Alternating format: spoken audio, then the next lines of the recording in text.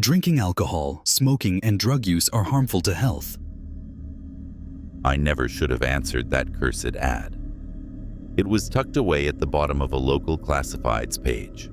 The text so faded it was nearly illegible. Caretaker needed for remote mountain estate. Free lodging. Generous pay. Discretion required. The word discretion should have raised a red flag, a warning that this was no ordinary job. But I was drowning in debt, 2 months behind on rent, and desperation has a way of dulling your instincts. I sent a quick email to the address provided, expecting nothing. Within hours, I received a reply, short, cryptic, and devoid of warmth. A week later, I was driving through the twisting, fog-choked roads of the Black Hollow Mountains, following handwritten directions to a place called Black Hollow Manor. No GPS signal, no cell service, just a crumpled piece of paper and a tarnished brass key left for me at a desolate gas station an hour back. The manor loomed into view as I crested the final hill, a hulking silhouette perched precariously on a jagged cliff. It looked like something ripped from a gothic novel. 3 stories of decaying wood and crumbling stone, cloaked in ivy that seemed to pulse with a life of its own. The windows stared down like hollow eyes, and the ever-present fog curled around the estate like ghostly fingers. Yet, when I stepped inside, the interior was a jarring contrast. The floors gleamed, dustless and polished to a mirror-like sheen. The brass railings of the grand staircase shone as if freshly buffed. A fire crackled in the massive fireplace in the main hall, its warmth welcoming yet unsettling, as if someone, or something, had prepared the house for my arrival. But there was no one, not a soul. On the marble kitchen counter, I found a note, written in precise, elegant script. Welcome, caretaker. Your duties are simple. Maintain the grounds, ensure the house remains in order, and above all, do not enter the last room at the end of the 3rd floor hallway, under any circumstances. I chuckled when I read it, though the sound felt hollow in the vast, silent house. A forbidden room? It sounded like a prank, or maybe a test of my obedience. But as I folded the note and tucked it into my pocket, a chill settled in my chest. Something about the instruction felt less like a rule and more like a warning. I found the room on my first exploration of the manor. The 3rd floor was a labyrinth of narrow hallways lined with oil portraits, stern-faced men and women in Victorian attire, their painted eyes seeming to follow me as I walked. The air grew colder the closer I got to the end of the hall, where a single door stood apart from the others.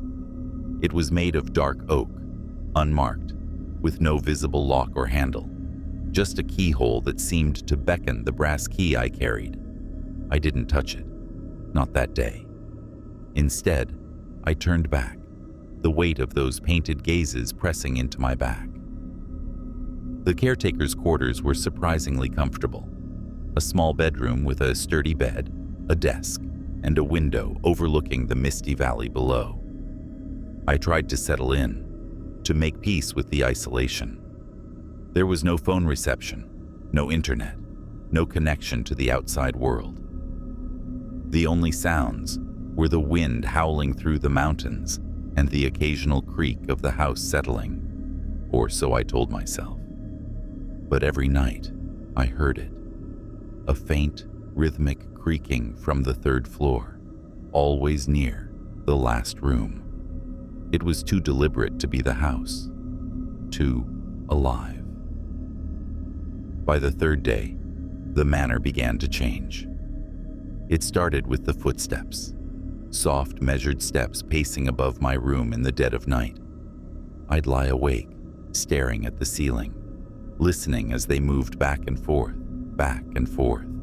always stopping near the end of the hallway. Each time, I forced myself to check, climbing the stairs with a flashlight in hand, my heart pounding. The hallway was always empty, the portraits watching in silence.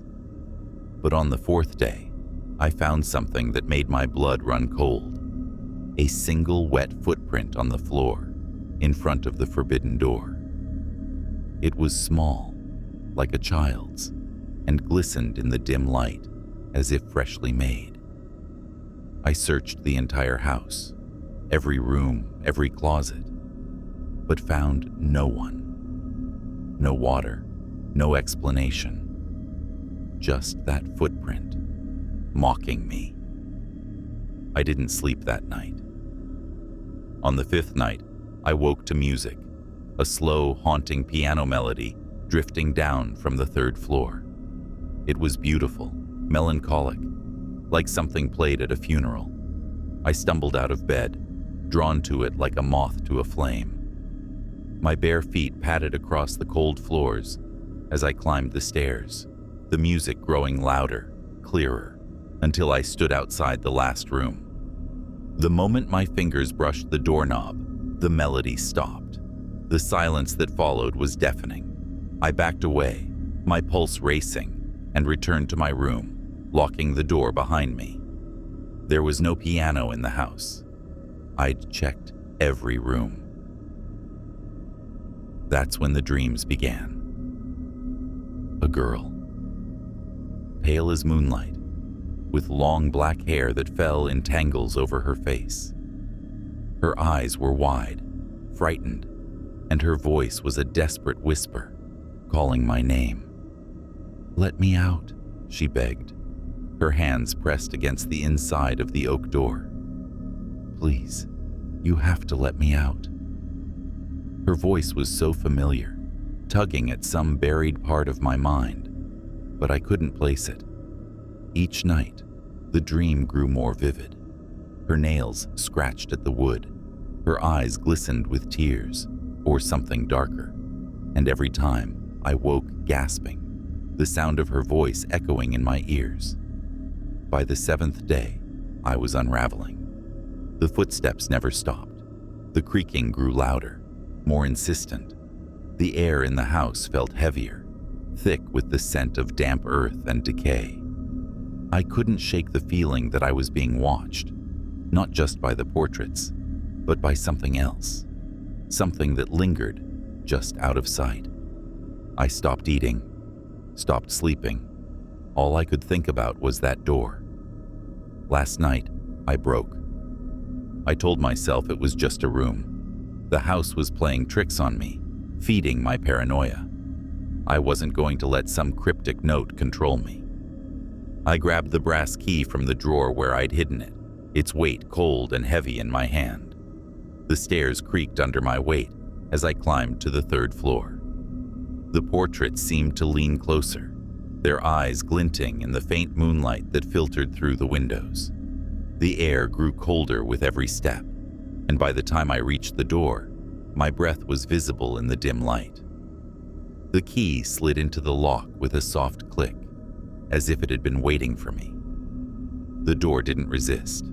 It swung open with a sound like a sigh, revealing a void of pitch-black darkness. The smell hit me first, a sickening wave of decay, mold, and something sharper, metallic. Blood. My hand trembled as I raised my phone, its flashlight cutting through the gloom. The room was small, smaller than I'd expected, its walls lined with peeling wallpaper that might have once been red, but was now a sickly brown. In the corner, something moved, a shape, hunched and unnatural, its limbs too long, its head bent at an impossible angle. I froze as it turned toward me, its face illuminated by the beam of my flashlight. It wasn't a girl. It was wrong. Its skin was gray and stretched tight over bones that didn't fit together right. Its mouth was a gaping maw, frozen mid-scream, and its eyes, God, its eyes, were solid black, like twin voids that swallowed the light. It lunged, faster than anything human could move, and I stumbled back, slamming the door shut. The thing howled, a sound that wasn't animal or human, but something older, something that didn't belong in this world. The door rattled in its frame, but it didn't open. I turned the key, locking it, and ran, my heart hammering so hard I thought it would burst. I locked myself in the caretaker's quarters, barricading the door with a chair. But it didn't matter. The house was alive now. The footsteps were louder, closer, moving down the hallway toward me. And then I heard it. My name, whispered in that same voice from my dreams. But it wasn't begging anymore. It was calling me, summoning me. And then I remembered. This wasn't my first time in Black Hollow Manor. I was 8 years old. My sister Emily was 6. We'd come here with our parents, though I can't remember why. A vacation maybe, or a visit to some distant relative. The details are fuzzy, like a dream half forgotten. But I remember the rule. Don't go near the last room. Emily was curious, always braver than me. She wanted to see what was inside. I told her no, but she teased me, called me a coward. So I proved her wrong. I took the key from our parents' room, and we crept up the stairs together, giggling, unaware of the danger. I opened the door. Something took her. I don't know what it was. I couldn't see it clearly, even then. But I remember her scream, sharp and sudden, cut off as the door slammed shut. I ran, crying, to my parents. They didn't believe me. They searched the house, the grounds, the cliffs, but Emily was gone. They sent me away after that, to live with my aunt. They told me I'd imagined it, that Emily had fallen, that it was an accident. But I know now. I opened that door, and I let it take her. My parents abandoned the manor. They paid to bury the truth, to erase Black Hollow from our lives. I buried it too, deep in my mind, until that ad pulled me back. Someone, or something, wanted me here. It wasn't a job. It was a trap. The door won't lock anymore. The key doesn't work. I hear it moving through the house now, its footsteps heavy, deliberate, getting closer. The air is thick with that same stench of decay. The portraits are smiling now, their painted lips curled in cruel amusement.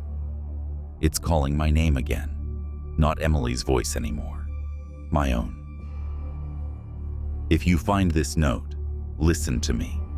Do not open the last room. No matter what you hear, no matter what it promises, no matter how familiar the voice, it's not what it seems. I opened it once, and it took my sister. I opened it again, and now it's coming for me. I won't survive this night.